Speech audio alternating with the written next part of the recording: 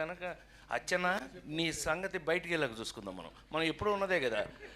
వీళ్ళందరి నుంచి పక్కకు తీసుకెళ్ళి అచ్చన నేను మళ్ళీ పైకి హలో అని ఎరా అలిగా ఏడు ఎక్కడ అంజాడు ఇలా మనకు అలవాటే కదా. సత్యంగా నిన్న నేను ఎన్టీఆర్ అవార్డు తీసుకోవడానికి విజయవాడ వెళ్ళాల్సి వచ్చింది. చప్పట్లు కొట్టరా? బుద్ధుందా లేదా నాకు? ఎన్టీఆర్ అవార్డు అని చప్పట్లు కొట్టరా? ఏంటి బ్రెయిన్ పోయిందా అందరికీ? చెప్పి కొట్టించుకోవడం ఏంటన్నయ్య? దానికి కొట్టకపోతే నీకు సిగ్గులేనట్లు లెక్క. విశ్వవిఖ్యాత నట సార్వభౌమ నందమూరి తారక రామారావు. సో అది ఆ అవార్డు నిన్న ఈ సంవత్సరం అదేదో ఆ ఇంట్లో తెలుసుగా, మీ అందరికి ఐడియా ఉందో లేదో, ఎన్టీ రామారావు ఇంట్లో గొడ్ల చావిట్లో పుట్టాను నేను. అంటే అది ప్రేమ.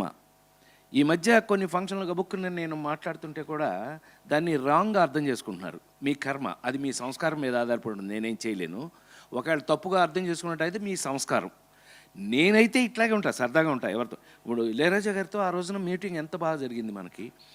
ఈ సినిమా గురించి నిజంగానే మా పవన్ చెప్పినట్టు, రూపేష్ చెప్పినట్టు మీరు భుజాల మీద వేసుకుని నిజంగా హ్యాట్స్ ఆఫ్.